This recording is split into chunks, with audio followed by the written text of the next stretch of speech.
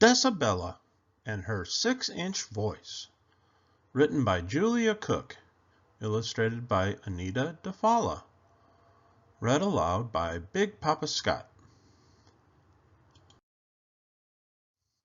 My name is Isabella, but sometimes people call me Decibella, and I have no idea why.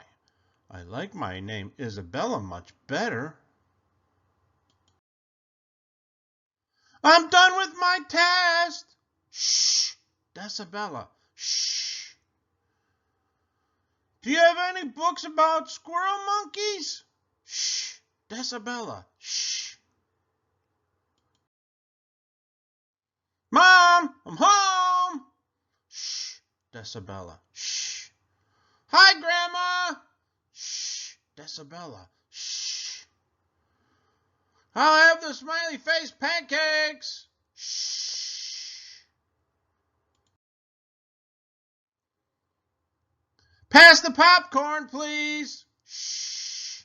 Isn't that one of your students? Today, my teacher asked me to stay in for recess so we could have a little chat.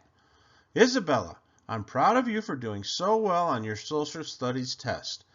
And your book report on squirrel monkeys was one of the very best. But today we need to talk about how to make a better choice. Sometimes you talk way too loud, and you need to lower your voice. It's important that you speak loud enough for those who need to hear, but you don't want to speak so loud that people cover their ears. It kind of bugs others when your voice is way too loud. Sometimes you need to talk softer, and I can show you how. Most of the time when we are working in the classroom, you need to use your 6-inch voice.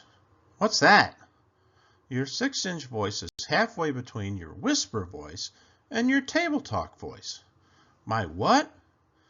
Isabella, you have 5 voice volumes, and you get to decide which one works best for you and others when you're trying to get things done.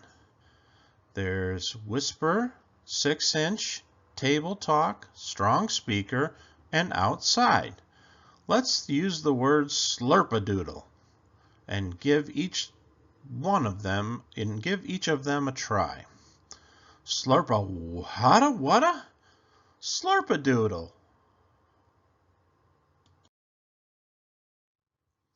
Table talk. Let's start in the middle. Say slurpadoodle in your table talk voice.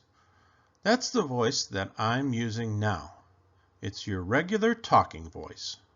Slurpadoodle. This is the voice you will use the most. It's how people talk on TV. It's not too loud and it's not too soft. It's as regular as can be. Use your table talk voice when you are hanging out with your friends at the mall, talking on the phone, or talking to others at the dinner table. Now shout, Slurpadoodle, as loud as you can. Slurpadoodle! This is what your outside voice sounds like. You can hear it from far away. Use it to cheer on your team at a game or when you go outside to play. When you bring your outside voice inside, it gets you in trouble. Unless, of course, you have an emergency and you need to call for help. Like last week when you accidentally got your hair caught in the door. Help! Now, find the voice that is halfway between your table talk voice and your outside voice and use it to say slurpadoodle. Slurpadoodle. This is your strong speaker voice. Your strong speaker voice is the voice that you use when you need to talk to a group. You need to breathe in deep, stand up tall, speak strong, and try not to stoop. Use your strong speaker voice when you need to be a speaker, like when you are giving an oral report in class or acting in a play. Now, let's go back to the middle again. Say slurpadoodle in your table talk voice. Slurpadoodle. Perfect. Now, whisper slurpadoodle. Slurpadoodle. Isabel, that is what your whisper voice sounds like. It's the softest voice you can make. You have to be right next to the people you are talking to, or they cannot hear what you say. Use your whisper voice when you're trying to be quiet in the library, when you need to ask me a question during a test, or when you're in a movie theater and you need to talk but you don't want to bother other people around you who are trying to watch the show.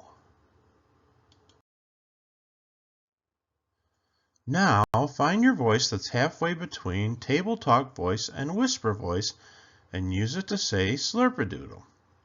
Slurpadoodle. This is your 6-inch voice.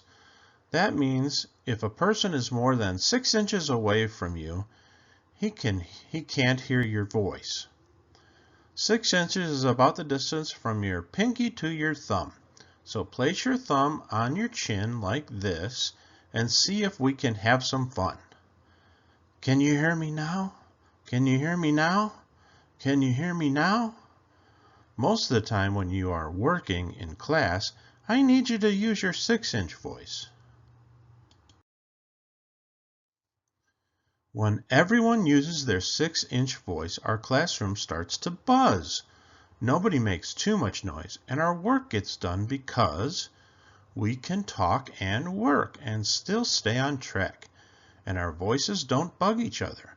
A buzzing classroom sings. Guess what? We're working with one another. Isabella, you're in charge of how loud you are. You get to control your own voice. And now that you are a voice volume expert, I know you can make the right choice. I'm done with my assignment. Thank you, Isabella, for using your 6-inch voice while we are working in the classroom. Do you have any books about three-toed sloths? Thank you, Isabella, for using your whisper voice in the library. My report today is about the planet Mars. Isabella, I love the way you use your strong speaker voice when you gave your oral report. Hi, Grandma. Hi, Isabella. It's so great to hear your voice. Ready or not, here I come! I just love it when I can be as loud as I want. Ta-da! Now that I'm a voice expert, I think about what voice to use. My 6-inch voice works best in class, but when I'm outside, I get to choose. I never bring my outside voice inside because it's way too loud, unless I'm at a basketball game and I'm cheering with the crowd. Whisper, 6-inch, table talk, strong speaker, outside. Now other kids don't call me Decibella because I know that what voice to use. There's whisper, 6-inch, table talk, strong speaker, and outside.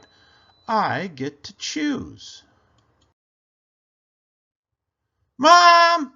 Of course, I can use my outside voice inside if there's a need for urgency, like last week when I caught my hair in the door. Now that was a true emergency. The end.